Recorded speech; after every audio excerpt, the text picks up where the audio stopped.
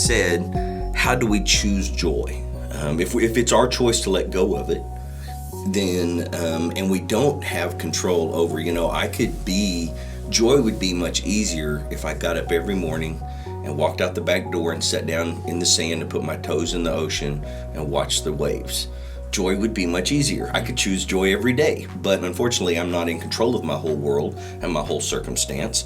And so, my wife and I are selling a home that we love and a community we love and moving 2 states away and further from our grandkids. And we could go, oh, what's God doing to us? But we choose joy.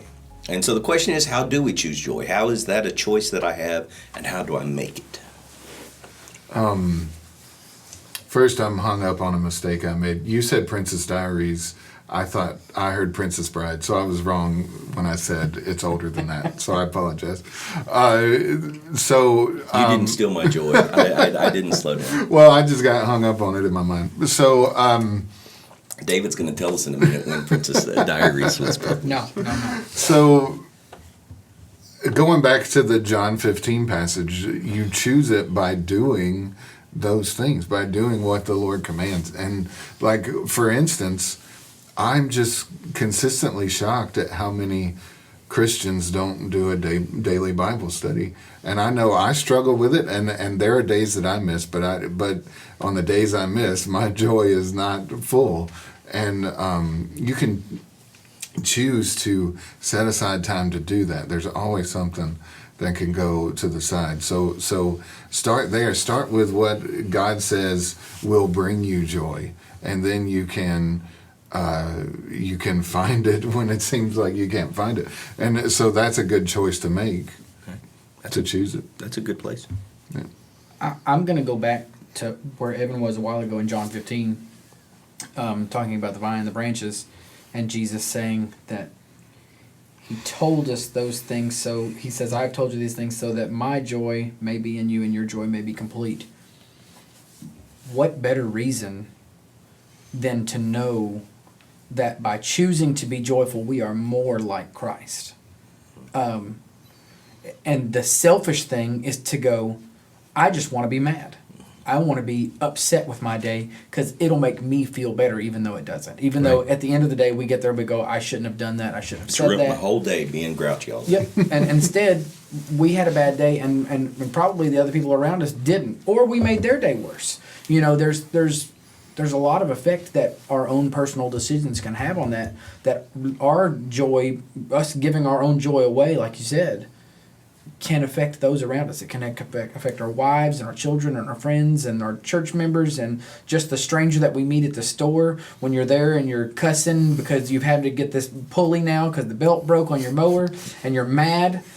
Like, you are not exemplifying Christ with your lack of joy at the store, so you may lose an opportunity to share Christ with someone else.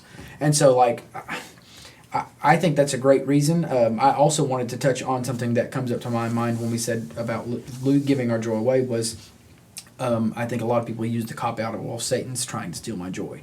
And I do not think that is accurate. I think he does use the world to try and put things in place to ruin our joy, but it is ultimately up to us to choose whether we will be joyful that day or not. It is ultimately up to us whether we will choose to be peaceful and loving and all those fruits of the Spirit that, again, all go together. They build off of each other. And that's the best reason to choose it, is because why not have a win for Jesus today instead of saying, well, Satan, you can have today. Because that's what we do. Can I jump back in? Yeah, jump in. Because I can't sit here and act like right before we started filming I wasn't ranting and raving and really upset about something, because I was. And I was already having a bad day, and just sitting here talking to you gentlemen and y'all expressing how you feel and talking it out is helping that diffuse in me. So I can say all these things, but I don't always choose the right path either. So I just wanted to make that clear. Well, one of the things that I want to kind of point to sums up several things you guys have talked about, in that if I was to tell you to go buy a new Jeep Gladiator, just because I have a love affair with the Jeep Gladiators, and as soon as my wife has a moment of weakness and says, whatever you want, I'm going to buy one, which is going to be a long time, so we'll let that be. But I would go to a Jeep dealership. Now, I might find one at a Chevy dealership somebody's traded in, but if I really want to be able to go and take the pick of a Gladiator, I'm going to go to a Dodge dealership that carries Dodge Jeep, because that's where they are. That's where I expect them. And a lot of people are trying to choose joy, but they're not shopping in the store that Jesus has given them to have joy available. We're hanging out with the world.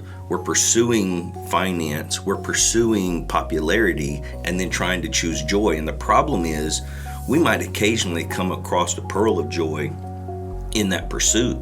But if we really want to choose joy, we need to shop at the store where it's made available, and that's in Christ has given us that outline in Scripture. And I think a lot of people struggle to find joy because they're looking at the wrong store. I would tell my girls when they were growing up,